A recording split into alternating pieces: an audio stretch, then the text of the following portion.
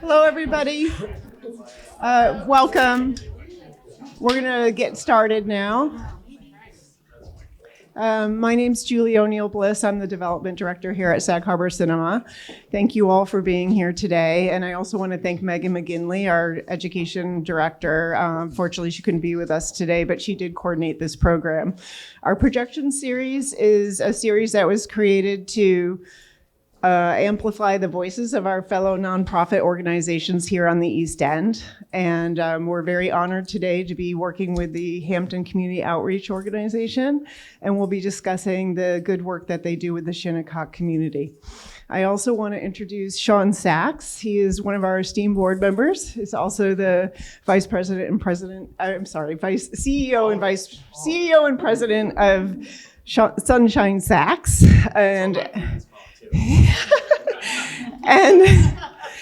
he's going to be moderating today. He'll also introduce our panelists, and he also has been involved in the good work that is happening at the Shinnecock community. So with that, I'll let Shawn take it over, and thank you very much. Amazing. Thank you. Thank you, everyone, for coming. This is amazing.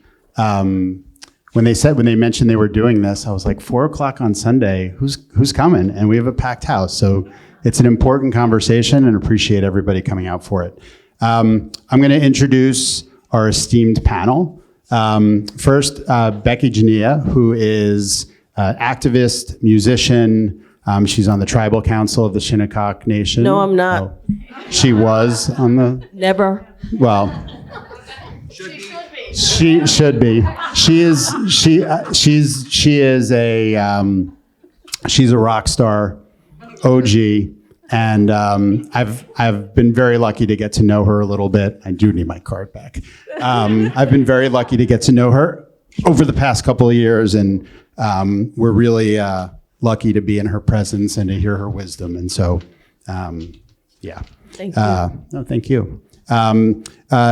Denise Silva-Dennis. She's an artist, educator, and a Hamptons Community board member. True? True. All true? True. And then everybody here, I think, knows Marit.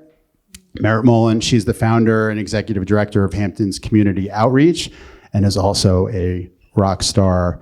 And we're also very lucky to hear from her today, and hopefully learn something. And I'm going to let her introduce, I think, a little film now. That's right. Sorry, Julie, I'm wondering, can we dim the lights for the video? Oh, sure. Yeah, great. Thank you. First of all,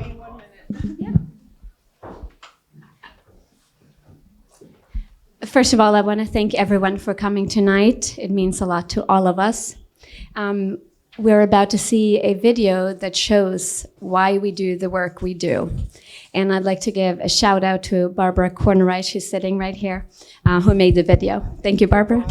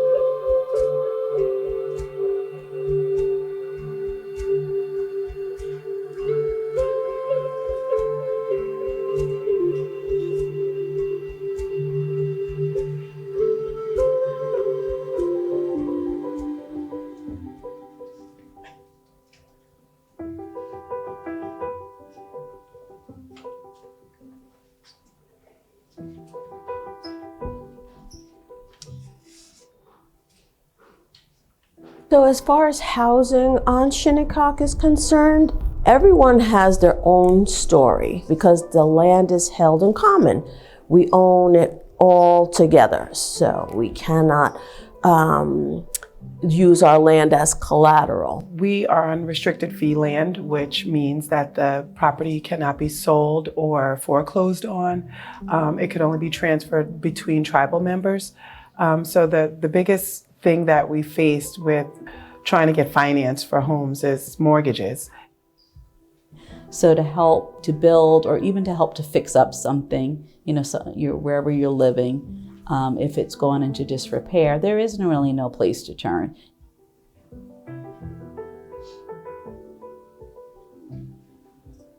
Everybody has a different story, and this is our story. This house is 200 years old. I've been in here over 40 years. My daughter and her husband live here now, and I'm in my mom's house. This house there for my grandson, we've been fixing up for 20 years. And these are all basically donated houses that we've got somewhere. Anyhow, the housing struggle is real, and we do not mind struggling. We know that everyone in the planet struggles with something or other, but to live, there's a difference between struggling and unhealthy, unsafe, unsanitary, dangerous. One thing major that happened to us in 1859 is when our people were pushed all the way over to Shinnecock Neck. Because it's so close to the water, it's so close to the ocean, mold is a troubling problem in almost every house on Shinnecock.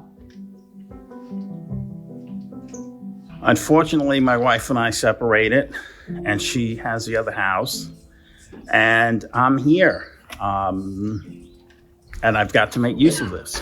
This is where the whole, it leaks down, so I cut this out and then just put that cardboard up so when the water comes down, it kind of comes to one area and drops in here. I don't need to be in a castle. I just need to be livable. Housing is, it's everything. If you don't have a good home, a good house, and things are not right, I don't know what you have. How can you face the world when your home is falling apart?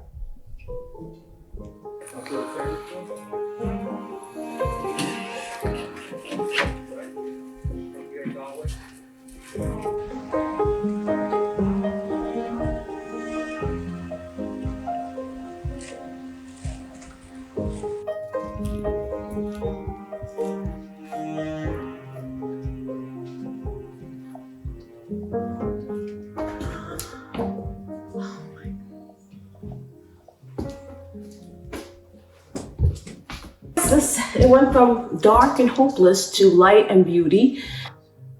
Work put into this house to make some people happy and healthy and safe and sanitary conditions. It's miraculous, beautiful, magnificent work. So Hampton Community Outreach has been on the reservation a couple of years now, and it's like the gentlest way they came into our community. It's kind of amazing how much work has gotten done.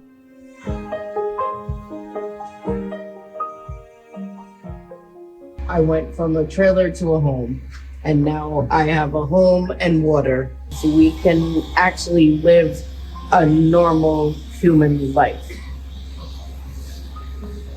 That's all you can say, a normal, everyday human life.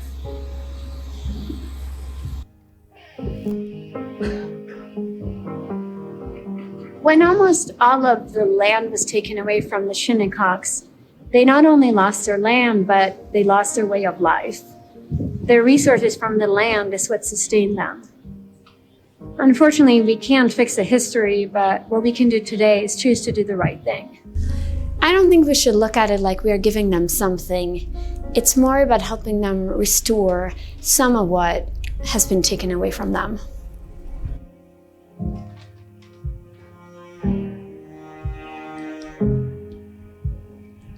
We have 62 houses on the waiting list, and we are not stopping until every house is done.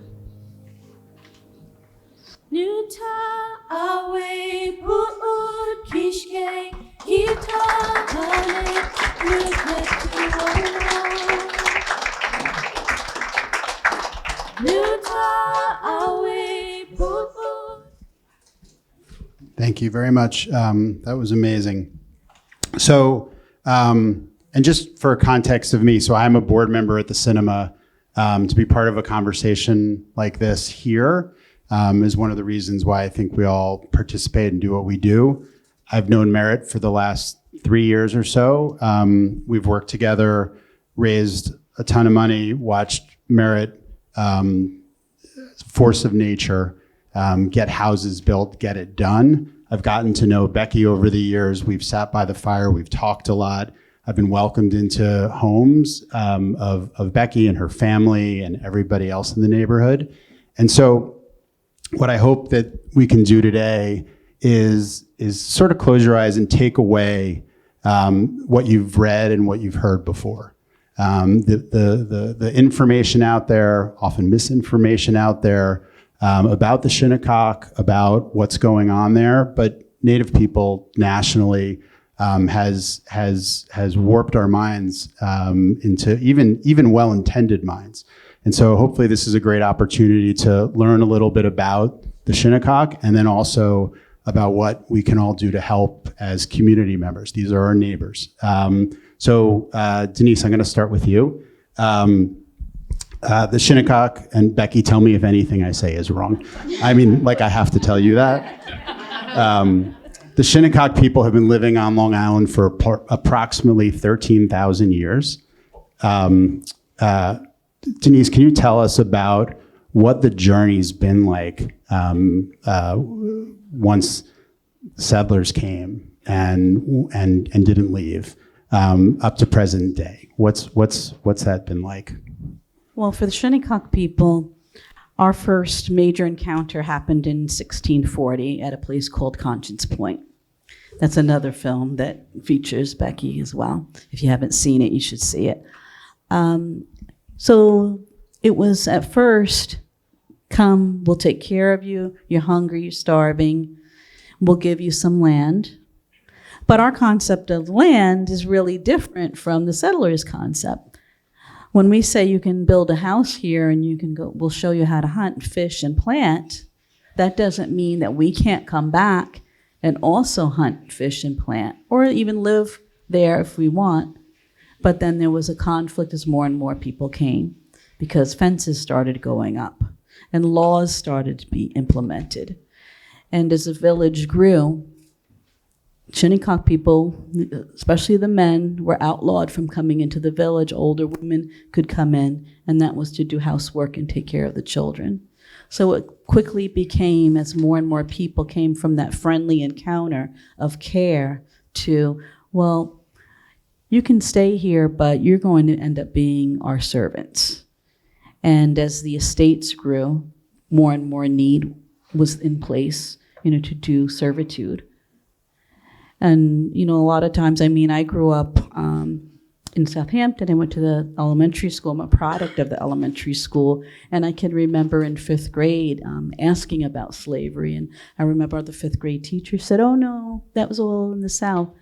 But through the years, and as an adult, we just learned so much more about really what happened from accounts, doing studies. People are writing books about it. And so it became, really a place to get domesticated help. And then more and more land was being taken away. Our men showed the settlers how to whale. So that was a big industry. Also, where we are right now in Sag Harbor, how it was built up and one of the major ports on the East Coast. So a lot of Shinnecock people, many African-American people we've learned, were on the ships. But while the men were on the ships, more and more land was taken because it was just the women, mostly, and the old people at home, just trying to survive, just waiting for the men to come back from those ships. So, I mean, it's been a struggle ever since. Thank you for that. I should have said already, we are on Shinnecock land, and we should acknowledge that especially as we have this conversation today. Becky, can you talk a little bit about how the taking of land had such enormous impact on the Shinnecock? It is everything to us. The land was everything. You can imagine, you put yourself in a situation right now where you are happy with your family and comfortable and living a life, the only life that you know, in harmony and balance with nature. And then all of a sudden, literally overnight, it changes when you welcome the ships on the shore, the people who are hungry and tired and lost and looking for some place to rest their heads and get something to eat. And that's what we did. We welcomed the settlers. We welcomed the people who were on those ships with open arms, because us Shinnecocks, we didn't have a really reputation to be warlike like some of our sister tribes and some of them. Oops, there's some Mohawks in the room, sorry. So we were kind of friendly compared to some. And open arms, we welcomed. But it's like we shake their hand and it had some disease on it. So the disease that we did not have any immunity towards. So the disease that came with the ships, and then the disease of alcoholism, because now we look at it as if one hand was diseased and the other hand had alcohol and a pen in it. So to us, the first taste of whiskey, our society went downhill immediately. And our people suffered, and we continued on a downward spiral from 1640, and a lot of sick and suffering, and our people are buried in a lot of mass burial graves all over our ancestral territory. And fast forward to today, well, maybe not even, let's stop in the 1800s, when a lot of our land was, most of it was taken from us. We were down to about 4,000 acres of land, which is equivalent to about 4,000 acres, because we didn't go by acres back then. We didn't live like that. But in today's terminology, about 4,000 acres we were down to, and then the settlers and the colonials wanted to put, and the founding fathers of Southampton, they wanted to put the railroad through.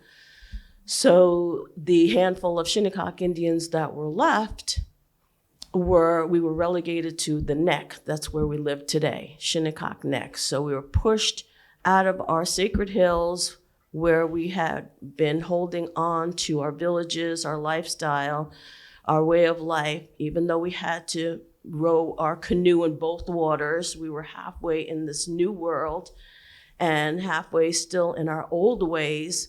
And we were pushed onto the Neck, where we were told, we'll be taking the rest of your land and you'll be there. And it's a swamp. Shinnecock is surrounded by the swamps, and we made the best of it, of course, because that's what we do, and we could still hunt and fish and everything, but mostly everything was taken away from us, and we were to die within 2 or 3 generations of swamp fever. That was the intent, and we did not die. We're still here, and we're multiplying. Actually, our 800 acres, we're getting squished out. When we first went onto that reservation in 1859, there were just a handful of people. And a lot of our Shinnecock people had moved on to different places so that we could make a living, and we kind of had to mainstream.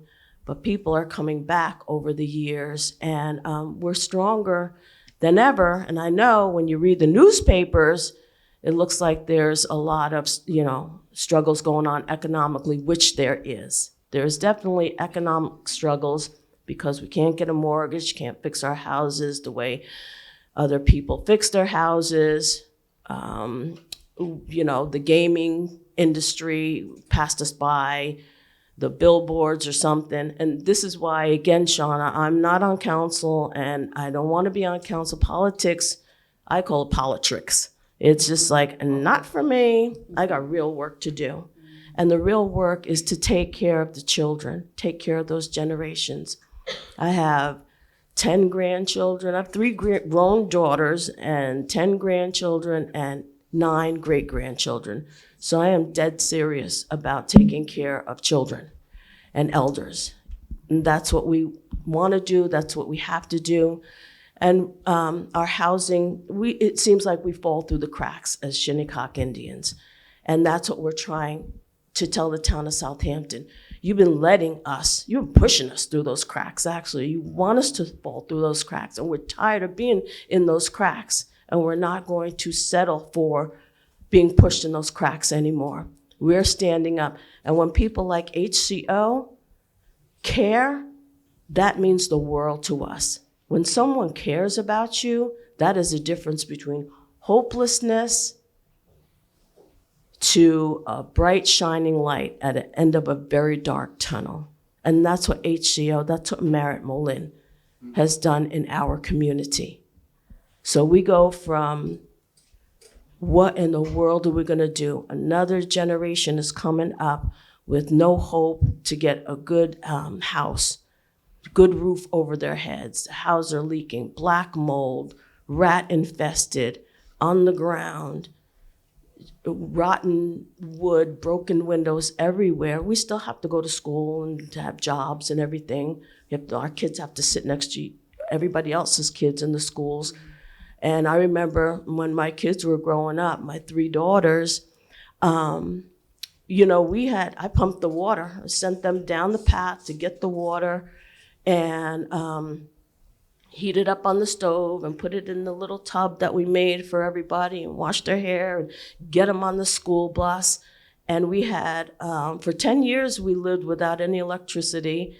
We had kerosene lamps, and that's the way we lived. And my kids didn't know that, we were poor or anything. I never used that word in my house. It was just the way we were, and we took care of Gramps, who lived next door to us, and anybody else who came in. There was always food on the table. But tribally, there was really no help. For whatever reason, tribally, we could never get it together to fix our houses and to have tribal resources. To me, it was just another sign of a system designed to fail. And Southampton town could care less. It seemed like the feds could care less, the state, the county, nobody, because we weren't federally recognized. So we get federally recognized and we're still in a rut.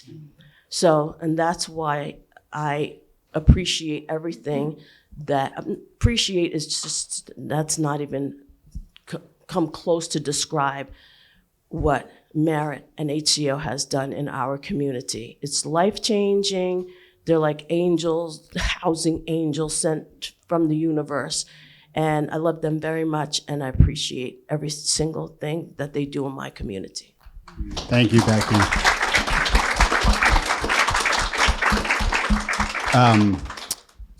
Marit, why don't you tell us a little bit about Hamptons Community and how this work started? It started back in 2018, and if you have attended any of our cocktail parties, you might have heard this story before.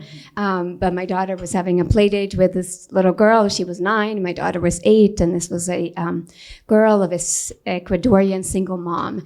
And they had been doing arts and crafts and drawing. And after about half an hour, my daughter said, "Come on, let's go outside." And this girl said no. And then they kept drawing. And after about another 20 minutes, my daughter said again, "Come on, can we go to my room? Can we do something else?" And this little girl said, "No, because I don't have markers and paper at my house." And I was shocked.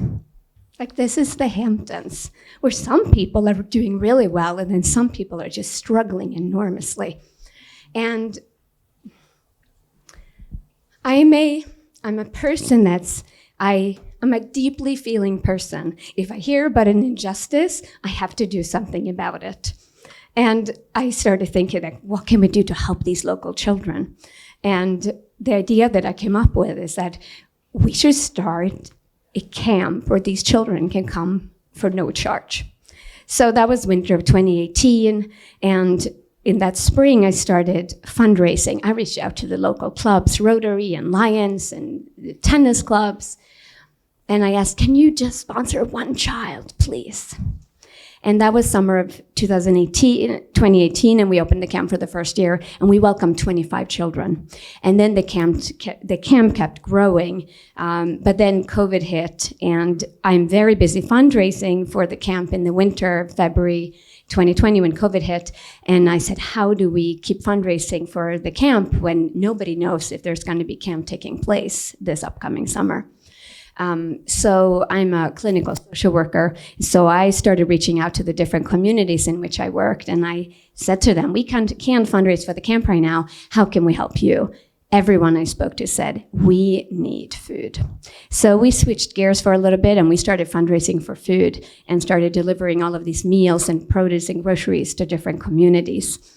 And while I was delivering along with volunteers, we were delivering these meals to these communities, people would come up to me and ask me for things. And that is partially how the work started on Shinnecock territory, because during one of these food deliveries, there was a single dad that came up to me and he said, could you please come to my house and see how I live with my teenage son?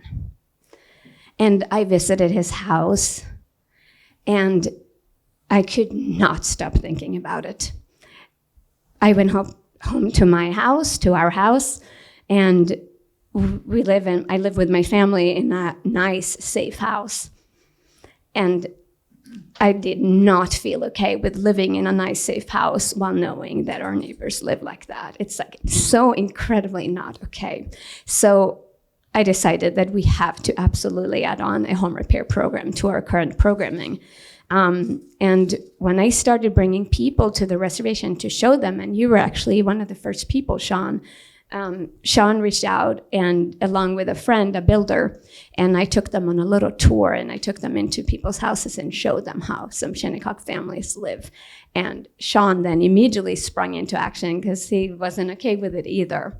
And many people react that way. And so I feel like some of the work of Hamptons Community Outreach is to educate people on how our neighbors live.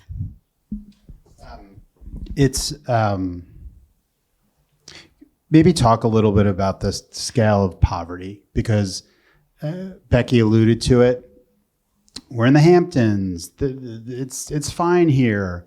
The first thing that struck me when I think we first talked is the reservation is in eyeshot of $100 million homes. Homes that have landscaping bills that could fix the problem, period. And that's just not okay. And listening to Marit and Becky talk about, like, we could fix this. This should not be a problem. It is not an endless amount of resources that are needed to do this in one of the richest places in the world. But I think what we don't realize, because we drive by, we see the stores, and nobody, or for the most part, people don't go further than that. We're talking about 2-year-old kids living in houses with black mold, right? We're talking about houses that don't have windows in the winter. I think we have a certain picture that we draw of what poverty means, and we don't know. And it's hard to see. It's hard to think that you looked away for a long time.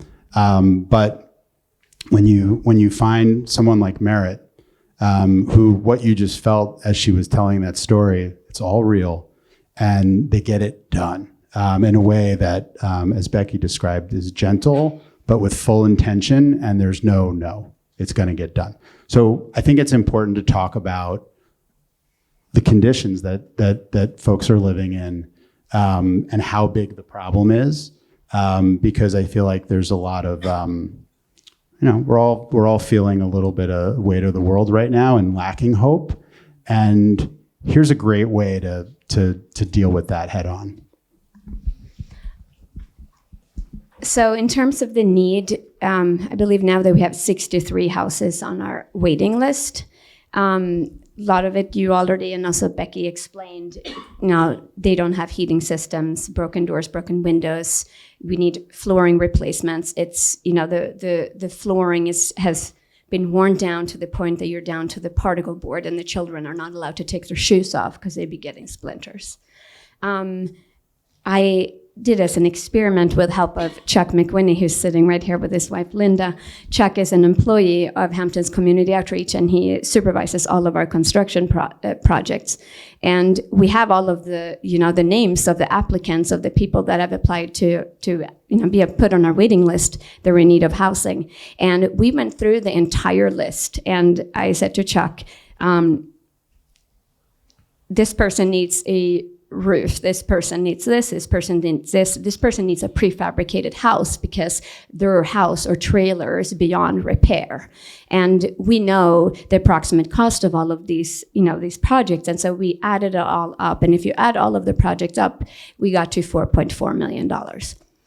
And that might sound like a lot of money, but as Shawn pointed out, this is such a wealthy area that I'm sure, and I know that there are a lot of people who could very easily write a check for $500,000 or even $1 million because they are that wealthy. So I don't think this is an impossible problem we're trying to fix. And like I said in the video, our goal is to do all of the houses, and I know that we will do all of the houses because we're not stopping. Thank you. Denise, Becky mentioned it in passing, and honestly, I prefer not to talk about it, but I think it's important because the signs, the gas station, everyone loves to talk about it. It's not the right questions. The question should be how could we allow this to happen? How are we not helping?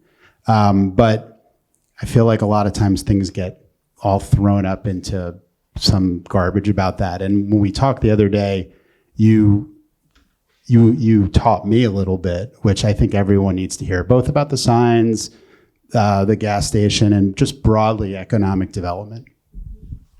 Well, yes, everyone, refers to them as the signs, but when we think of them, a lot of us think of them as monuments. And it's telling the world as you enter this area, you are entering into the traditional Shinnecock people's land who have been here for 13,000 years.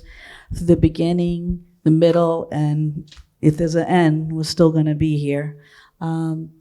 So that's why I have even on this necklace that my cousin made, Juanito Tarrant.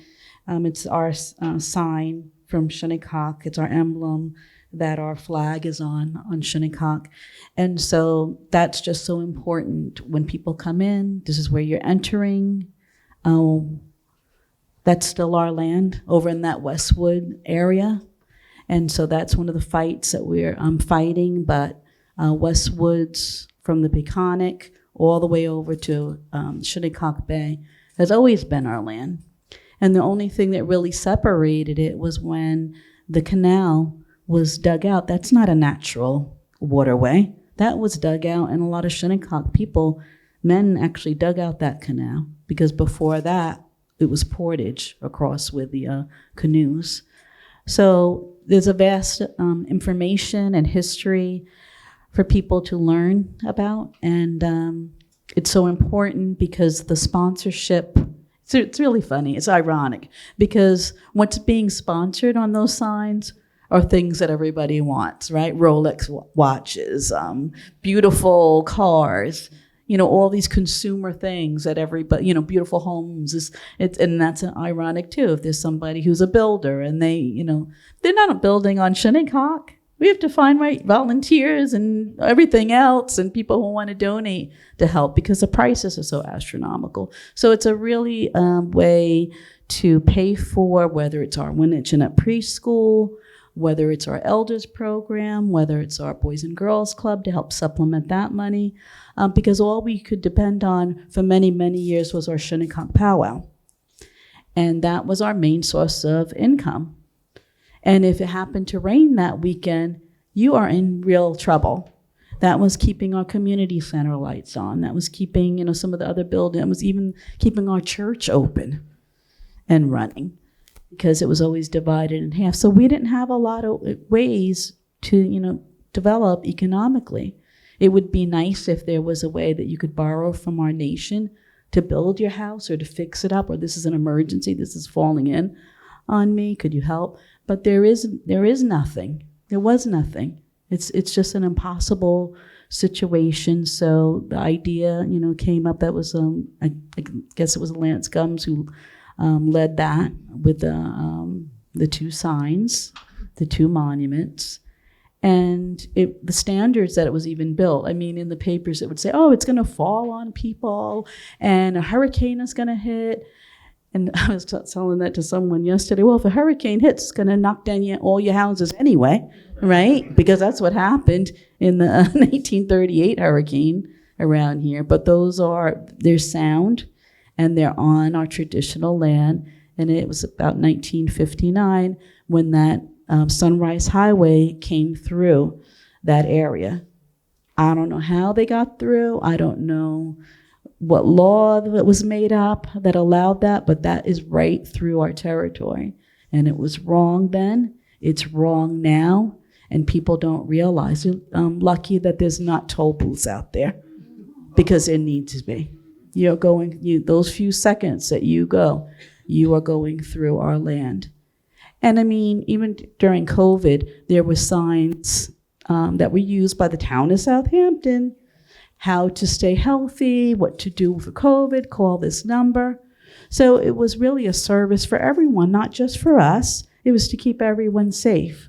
But that doesn't make the news. All it is, oh my gosh, look how they're destroying the environment. Look how they're taking down all those woods. Those are our West Woods. That's not your West Woods. That is not your West Woods. It's our West Woods. Thank you. Yeah, the irony behind the signs are ruining the natural environment is not lost. Can I just add a little bit please. to that? The reason why it's called West Woods in the first place is because that's where our people would go and get their wood in order to burn in their houses to keep warm. Because during that time, Shinnecock used to be just flat. You could see from one end of Shinnecock all the way out to the ocean. And that was only in my in-laws' time. So it was just grandparents' time and great-grandparents' time. They had to go over to West Woods to take down those woods and bring them back. And there was one of our elders who lived to be over 100 years recall as a little boy, he could tell whose wagon was going by. So our history, our oral history is so important. It's so dynamic. It's so, people would more people like Marit, and our board could just listen and know. These are the things that we've had to go through to survive. And that's what those billboards or whatever you want to call them, that's what it's about. It's not to get rich. It's not to build a mansion each. It's so that we can live decently. Thank you for that. Sorry, can I just add one Please. more thing? Someone recently said to me, I really don't like those signs. And so we need more advocates out there helping the Shinnecock people. So please, if you hear anyone saying, I don't like those signs, please tell them that those signs are helping feeding the elders and the youth on the Shinnecock Reservation, because that's what it does. It, like you said, supporting the Shinnecock Senior Program, supporting, Girls and Boys Club on the reservation. So please help educate people and tell them what those signs support. That's a great prompt for obviously supporting HCO in the effort to build more houses, but broadly and open to everybody. How can the people in the room help Shinnecock in a meaningful and respectful way and broad? Like, obviously support HCO, let's build more houses, but I think Marit's idea is a great one, but I'm curious, Becky or Denise, if there's other things that you'd like to share with everybody in the room. Well, what I always like to tell people is that you're more than welcome to come to the reservation and visit. And you can call me or Denise, we call her Weetahmoe, anytime, because a lot of times people, they can't wrap this around their mind. Like, what in the world is going on? They go from don't know anything about Shinnecock to what in the world is going on that reservation? And that's where we come in to let you know that our doors are open. We have nothing to hide. We're not ashamed of the way we live, but we sure would like for you to see the way we live so that you can know we're not making this up. This is a real thing that's going on.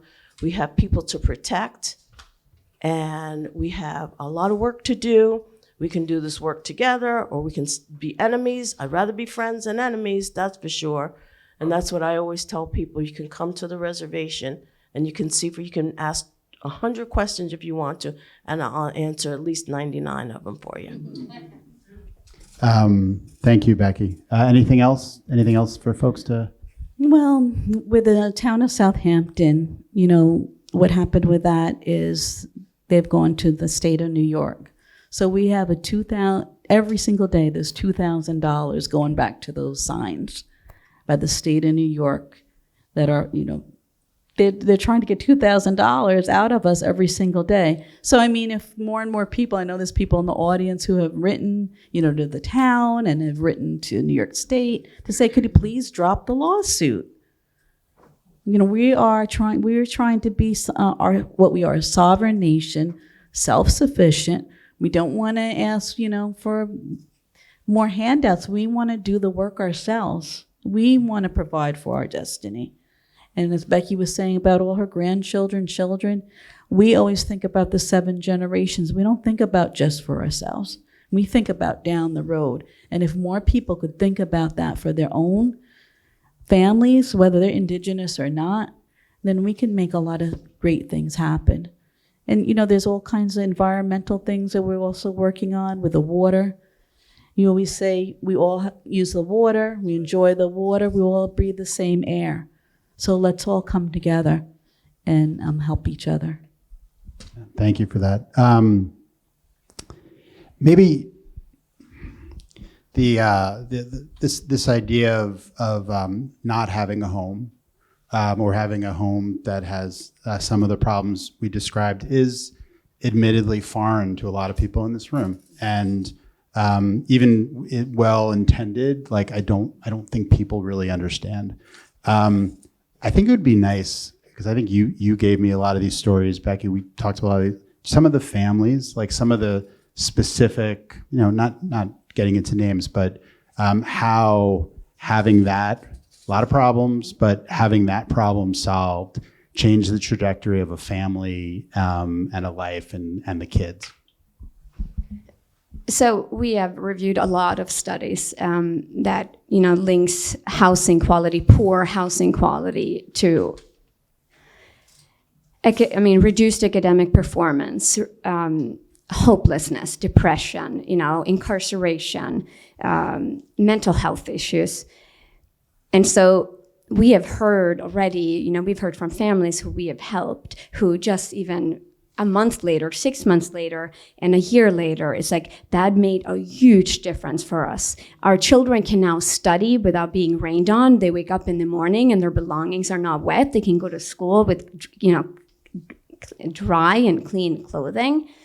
Also, just like a thing, like having laundry appliances in your house, like we install laundry appliances, and then instead of spending Saturday and Sunday, driving to Southampton Village to do your laundry, you're working on productive things, like spending time with your families or paying bills or, whatever around the house. So, fixing up someone's house actually frees up a lot of time for them to spend on other things. Anything else? Denise or Becky? I was just going to say, if you ever saw the face of one of these children where Hampton Community Outreach has fixed their homes, if you could see the looks on these kids' faces when they go in their new home and say, Mom, Dad, this is my room.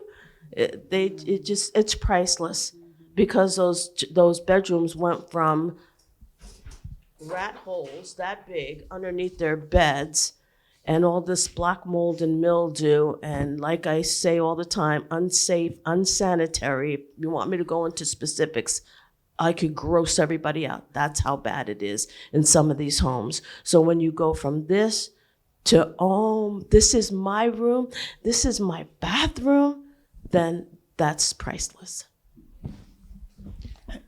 I wanted to share, I didn't have Hamptons Community Outreach as a little child, and nothing near it.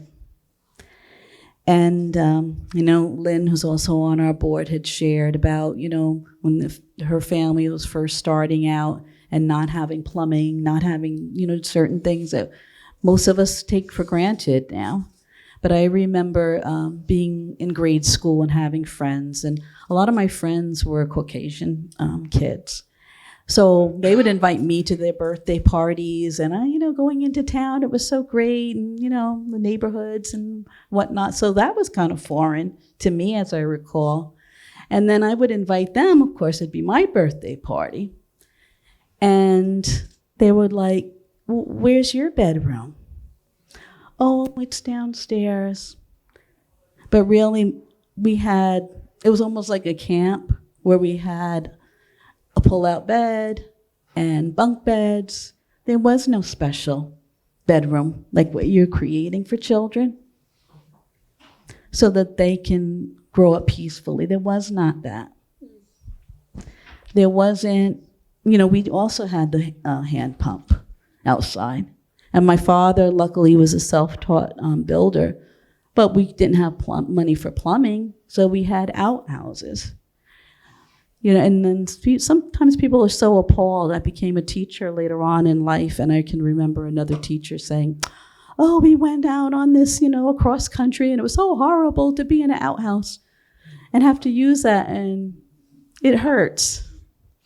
It hurts you because sometimes people just have no idea of what you go through. And I can remember as a child being so embarrassed and so humiliated because our house was not finished. And at one of those parties, my little girlfriends were talking, I overheard them talking to each other and saying, "I wonder why don't they have siding on their house? Why is it like tar paper there?"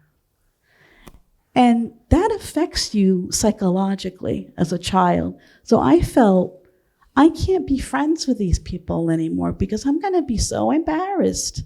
I'm going to end up crying for my birthday party, but I didn't understand. I didn't know anything about mortgages. I didn't know that other people, that's how they are able to afford to live in a neighborhood. I didn't know that really we were not welcomed to be in the village of Southampton because it's very highly segregated. Certain people just live in certain places over in Southampton, and that's it. Not that we wanted to, because we wanted to be. Our inheritance is Shinnecock.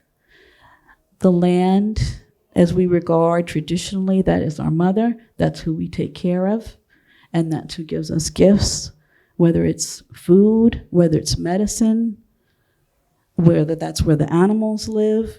And when we lost those Shinnecock Hills, we just about lost anything. And it's a miracle that we are still here.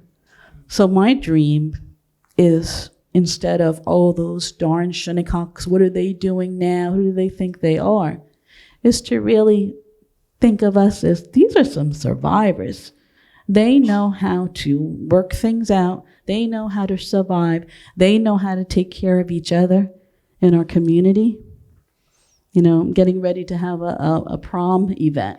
And maybe those things from 1978, I'll finally get a chance to tell peers that I grew up with. This is why I lived, and this is why a lot of the Shinnecock kids that you grew up with lived how we lived, and just want you to know. And here's what we're doing with Hamptons Community Outreach. Hopefully that will be a chance to let them understand, as we're all senior citizens. It took senior citizen time to be able to explain, but maybe it will make another difference in some younger people's lives. This is what we went through. And we don't want some of these terrible things that would set up that trajectory. You always talk about, Marit, That's what's so important to change it. It has to be changed. Can't do it by ourselves. We need you. We need our allies. Amazing. When Becky says come visit her, she means it. I would encourage everybody to spend some time on the res, spend some time with Becky and talk to these folks. This idea where we're all little beacons on this conversation can have real impact. When someone says something that's just say it. No, I don't accept that. Give them something alternative. Take them to meet Becky. I've brought 6 of my friends to meet Becky, and not all of them, were I think had their head in the right place before we went, and we were welcomed into homes, proud people, strong people with love. And you don't, you drive by, you don't expect it, but I'd encourage everybody to do that. And I have to say once again with Marit, and this will turn into a question, but start not a question. This is not easy. It's not like we raised some money, we built a house, smiles. There are a lot of headwinds. Becky alluded to it, off the reservation, on the reservation, politics, judgment from people in the community. The town has not been good to the Shinnecock. Pushback from builders, pushback from every piece of the process. And there is no better fighter than Marit. And that's what it takes to get this work done. I know when I want to participate in something and help, I want to be aligned with someone that I know that's just going to get it done, and Marit gets it done. So if you're looking for something in your life that is wonderful and fulfilling and necessary, and like was said in the video, this isn't giving someone a house. This is fixing something we took away, and it's really important because even as I've had conversations with people, friends who are well-intended, well, that was a long time ago. Shouldn't they be okay? No. Did you read about the native boarding schools? Did you read about what's been going on? Like this is 400 years of consistent bullshit. So really important to recognize that. But the question was. I'm thinking, can you hold the question for a Yeah, second? I can. Okay, thank you. Okay, so I don't know if you follow us on Instagram, but I think sometimes, we want to keep a positive tone. We want to, we're fighters, but we want to just tell a positive story. But there is a very hard side to doing the work that we do that people don't hear about. But you are here because you're interested in learning, so I'm going to share a little story with you. And Denise mentioned a prom party that I do want to touch upon, because this prom party not happening back in 1978 shows how ugly history is and how poorly the Shinnecock people have been treated. But even today, Shinnecock people are treated very poorly. So I'm going to tell you a brief story. About 2 months ago, I get a phone call from a Shinnecock woman whose house we were renovating, and who she called me just bawling, crying, and she is deeply, deeply hurt. So there was a construction, actually a plumbing supervisor that had arrived. She was temporarily living in a trailer, and this supervisor, plumbing supervisor, was standing on the short side of her trailer. She exits her trailer, and he did not hear her, and he starts saying vile things about Shinnecock people. This is just 2 months ago. This is what I've heard about them, and this is what they are like. And it was really, really nasty things, and she was deeply hurt. And so the next morning at 7:30, I had to be on the reservation, not only to talk to this woman who was deeply hurt and just tell her and share how incredibly not okay this was and how we were going to deal with it, but I also was there to talk to this plumbing supervisor. He ended up not showing up. I was sitting in my car for 3 hours, but we had a productive conversation on the phone about what to say and not to say. But there's a lot of work sort of behind the scenes, dealing with people who just are not aligned with what we're trying to do. That was kind of my question. Yeah. I'm getting the time sign. So should we do questions from the audience? Is that okay? We have time for a couple of questions. Want to be respectful of everyone's time. And I think we have a mic that's going to make its way, or unless you want mine.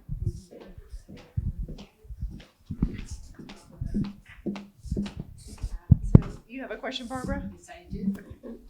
Denise, how are you? Good, how are you? Thank you so much for being here, all of you. Just amazing. The first time that your son brought me into your home and I looked at your remarkable work, and you've just shared what you lived like as a child and what you dealt with in the community. You've just raised an amazing young man. You have so many wonderful children and family. So I just want to ask you, you may not be able to answer this. It's a legal thing, which Jeremy said to me, what is the legal reason that you are not allowed to apply for mortgages? Assuming you have a job, you pay taxes. What is that? The reason why is because if you default on the loan, the bank can't come and take your house. And that's the reason why. But if you hadn't defaulted on a loan, that's what I don't understand. No one wants to take the chance. Like, Just don't want yeah, when I was trying to negotiate with a local bank to take out a loan on a project that I wanted to do. And this was after working for the school district and taking $25 a week to put into one of those 501c3s or whatever. So I had accumulated, by the time I retired, like $20,000. So I went to the local bank where there were all posters saying, we help our community. Here's a farm stand that we helped. Here's a cookie business that we helped. Here's this one, here's that one. I didn't see any people of color in any of those pictures. So I said, well, what if, I know you don't grant mortgages and no one does, but what if you use that $20,000 that I have as collateral that I've managed to save up and borrow from that? Absolutely not. We don't do that. People don't want to think outside of the box. Why? I don't know. You have to go to these mortgage companies. We know why. I mean, your And answer is ask. obvious. And the last question is, I know that you have people on the tribe who are attorneys, and they are Shinnecock. Do you work with pro bono attorneys who are absolute experts in tribal treaties and fighting them? Well, I know both my daughter is an attorney and my niece is also an attorney. And Kelly, my daughter, she went to the University of New Mexico where there was a special class that she took, and it was all about, treaties with natives all across the nation, and her professors were very proficient in that. And Teal also, she went to the University of Michigan and also attended different programs. And this has only been recent times. This has only been in the late 1990s to 2000s where these classes have come into play, where Native attorneys can be especially trained. So, I mean, this is the work that I do with the 501c3s as far as the nation goes and working with pro bono or whatever. That's totally separate from, the work that I do. Anybody else?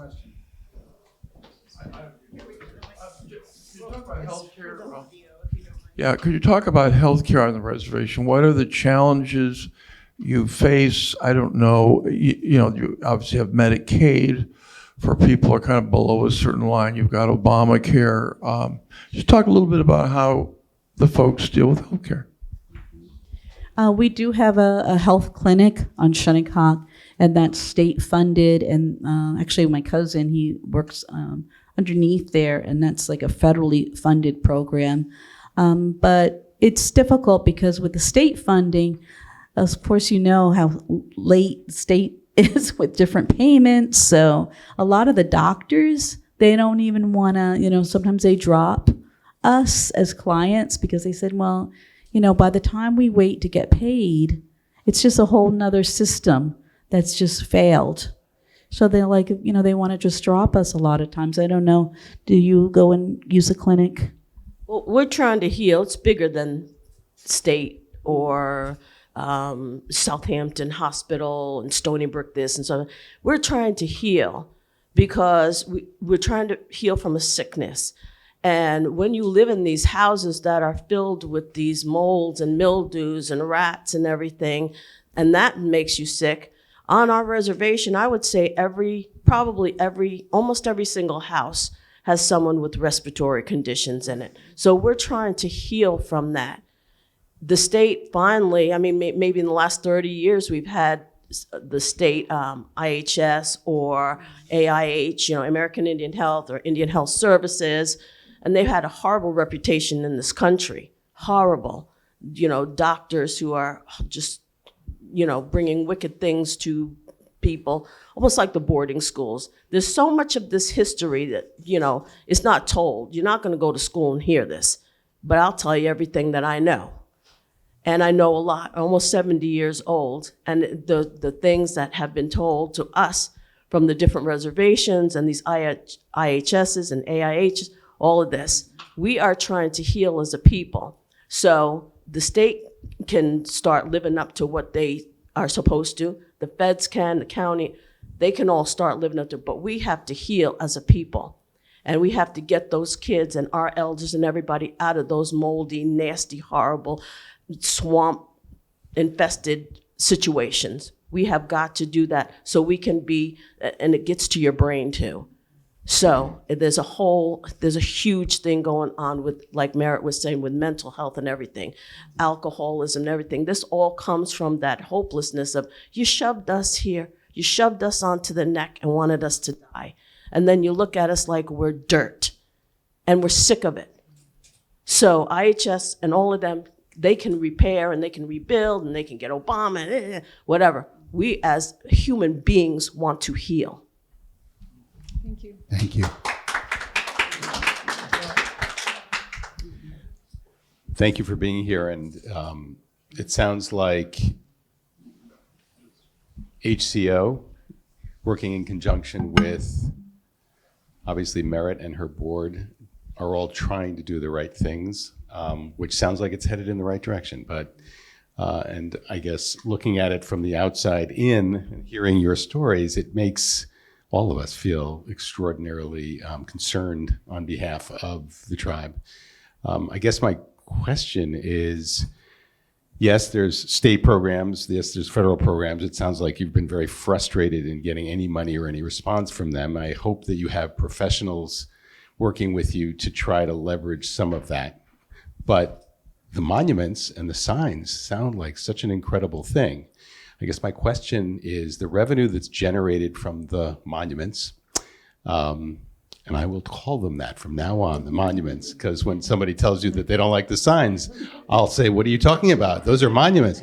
But the revenue that's generated sounds like it's substantial. The question, I guess, is how much of what the tribe needs on the reservation does it cover, and can any of that money help out with the housing?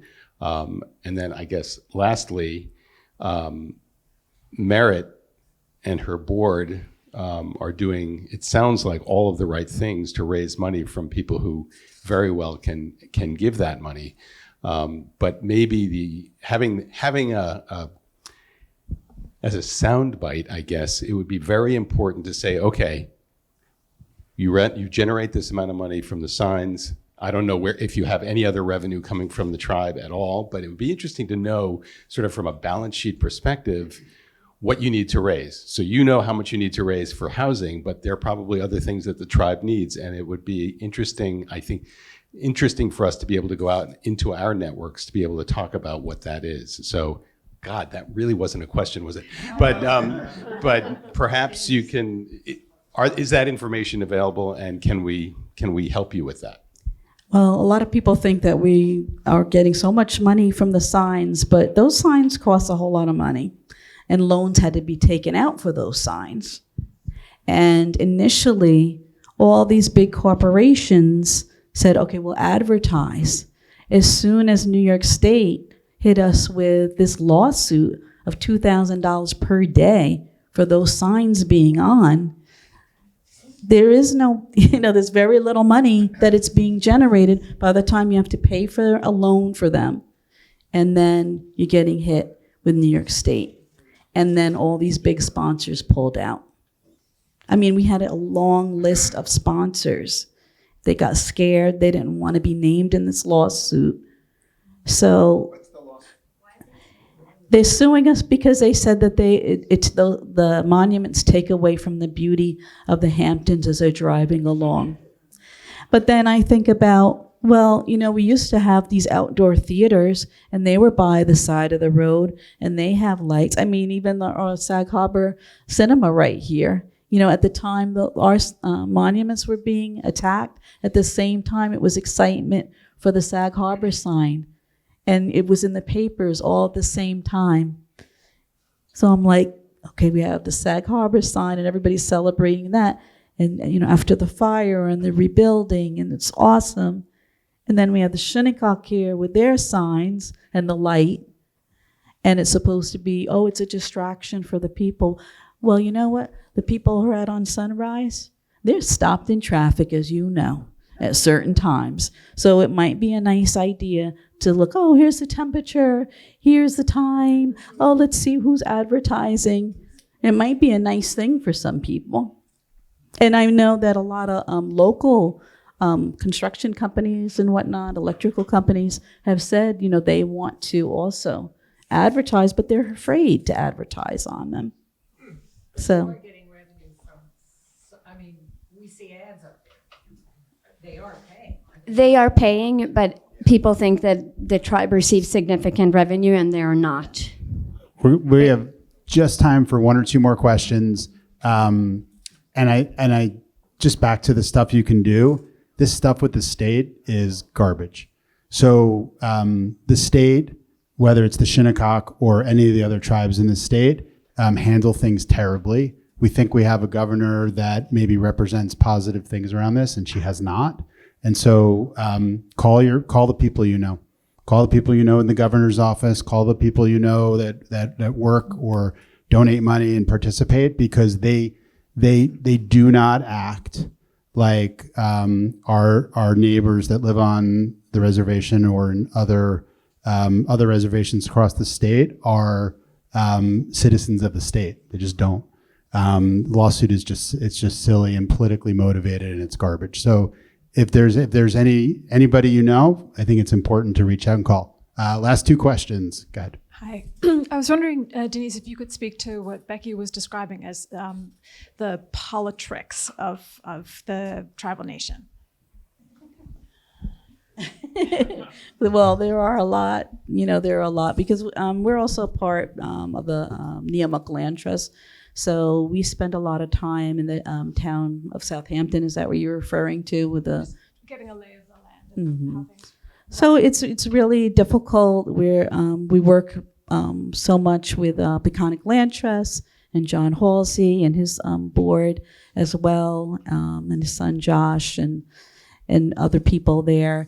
And, we're constantly going into the town of Southampton, because one of the things that we will also try to engage with to get some of our ancestral land in Shinnecock Hills, which is all ancestral land, is to, get some of the land back. And we have been successful in negotiating for the Shinnecock Hills on Sugarloaf. But it's all a burial area, including the college. So it's all politically motivated. It's wealth motivated as well. And a lot of times, meetings have been canceled when we try to have them with the town, or things, like, you had a misunderstanding. That's not what that topic is going to be about. We're just going to take a tour of what we've already saved. And it goes back to the Community Preservation Fund, with this 2% real estate tax that people have to pay whenever there's any kind of real estate negotiation. And so we're constantly fighting to say, well, can't you use some of that money from the taxpayers in order to save our burial grounds? And then you'll get people in these departments will say, there's no one buried up there. Well, who's buried at Hawthorne Road then in Shinnecock Hills that was unearthed? And there's many, many more. So it's just a struggle, whether we, do our demonstrations on the side of the road, which Becky's been doing for decades and decades and decades, or whether it's, our attorneys led going in and sitting at the table with the Southampton town. But then that changes constantly. That's another thing that falls apart. Every time we get headway with one board and supervisor, then it's a new one. So then Becky's there handing out all this paperwork for decades, and this supervisor and that supervisor saying, oh, we're going to give it to our attorneys. And then nothing. Last question. Hi, this is not a question. I've been an ally for the Shinnecock for as long as I have been able, I guess about 8 years. My name is Heidi Rain. My husband Tom Oleschuk and I have tried what we can do to stand with the Shinnecock. And we were privileged to be at a meeting, I don't know, 5-7 years ago with the CPF. And the CPF promised at that point, we will make the Shinnecock a priority. We will make sure that something is done here, and they have the funds, and they were going to do it. And as far as I know, what's happened?